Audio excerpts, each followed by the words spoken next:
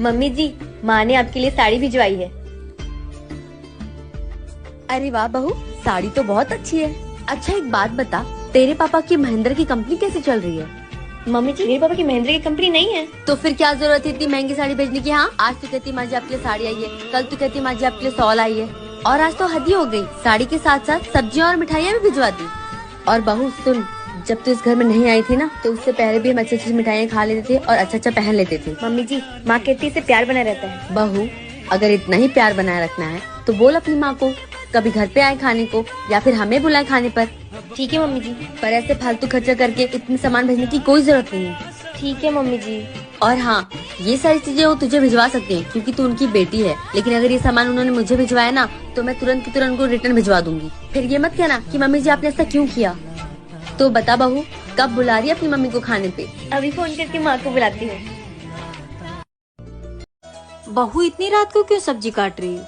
बहू, रात का खाना तो बन गया है, ये किसके लिए खाना बना रही है तू? माँ जी, ये बोल रहे थे मैं भिंडी की सब्जी नहीं खाऊंगा, इसलिए मैं इनके लिए गोभी की सब्जी बना रही हूँ। अच्छा, तो अब बात यहाँ तक पहुँच गई है। वाह बेटा वाह, तूने ना सबको बिगाड़ के रखा है। मैंने क्या किया माँ जी? बहू, जब तू इस घर में शादी करके नहीं आई थी ना, तो मैं करेले की सब्जी बनाऊँ, आलू की सब्जी बनाऊँ, कुंदरू की सब्जी बनाऊँ, सब चुपचाप खा लेते थे, कोई मुझसे कंप्लेन करने नहीं आता था। और तू इन सबकी फरमाइश पूरा करी है। तूने क्या यहाँ पे होटल खोल रखे हैं? नहीं माँ जी। तो क्या जरूरत है इन लोगों के लिए 56 भोग बनाने की? तेरी खुद की जिंदगी नहीं है क्या? है माँ जी। और बहू सुन, तू जाके आराम कर, और सुन, कल सुबह करेले की सब्जी बनाना, मैं भी देखती हूँ कौन नहीं खाता है, किसकी शिकायत आती है। ठीक है माँ जी। घर में बहू के आ गई, सबको 56 भोग चाहिए, अभी खिलाती हूँ सबको 56 भोग। ये इतनी सुबह सुबह किचन में कौन है? क्या कर रहा है? बहू जी माँ जी। तुझे नींद नहीं आती है क्या? अपनी भी नींद खराब करती है और साथ ही साथ हम लोगों की भी नींद खराब करती है। माँ जी, इनको ऑफिस जाना है तो इनके लिए खाना बना रही थी। तो 6 बजे ही उठ के खाना बनाना जरूरी है क्या? 8 बजे भी उठ के कुछ बना सकती है उसके लिए हल्का फुल्का। पर माँ जी, इनके लिए लंच, पर ये तो बोलते मैं लंच में घर का ही खाना खाऊंगा। इसके बाप ने कभी खाया लंच में घर का खाना जो ये खाएगा? खुद को जो शाहजहां समझ के बैठा है ना, तो मैं तुझे उसकी अनारकली नहीं बनने दूंगी। अब भी लेती हूँ मैं उसकी खबर। नहीं माँ जी, आप बोलेंगी तो ये बुरा मान जाएंगे। अगर बुरा मानेगा ना तो 2 जूते लगा के सही कर दूंगी मैं उसको। तू क्यों इतना डर रही है? तुझे कमरे में लेके जाके डराता है ना वो? नहीं नहीं माँ जी। कभी कुछ बोला करे ना तो मुझसे आके बताया कर, उससे डरने की जरूरत नहीं है। ठीक है माँ जी। और चल जा, जाके सो जा, खाना मैं बनाती हूँ उसके लिए। ठीक है। इतनी प्यारी सासू माँ के लिए एक कमेंट, एक लाइक। अरे यार, रोटी बनाने का बिल्कुल दिल नहीं कर रहा, क्या करूं? आइडिया।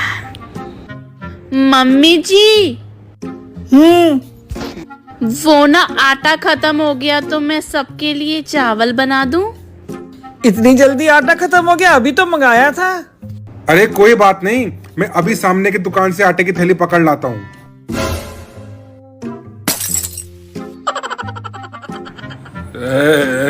वैसे टाइम बहुत हो गया है, दुकानें बंद हो गई होंगी। तू एक काम कर, तू चावल बना ले, आटे की थैली पे कल सुबह ले आऊंगा, है ना मम्मी? ठीक है, बना ले चावल। ठीक है मम्मी जी।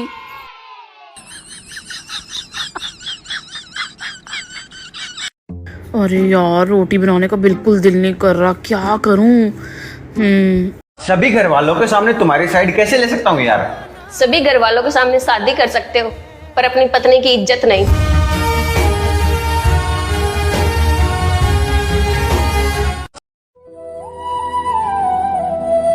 क्या बात है, बहुत खुश लग रही हो। कुछ नहीं। कुछ नहीं? अच्छा, अब तुम कोई बात शेयर नहीं करती हो, ना ही कोई शिकवा शिकायत? क्योंकि मैंने अब खुद से दोस्ती कर ली, अब किसी की जरूरत नहीं पड़ती। क्या मतलब? मतलब ये कि जब आपको कोई सुनने समझने वाला ना हो तो खुद को ही अपना दोस्त बना लो। और अब मैं बहुत खुश रहती हूँ, क्योंकि अब मैंने लोगों से उम्मीद रखना छोड़ दी। अक्सर जरूरत से ज्यादा उम्मीद तकलीफ ही देती है, फिर चाहे वो आपका शौहर ही क्यों ना हो।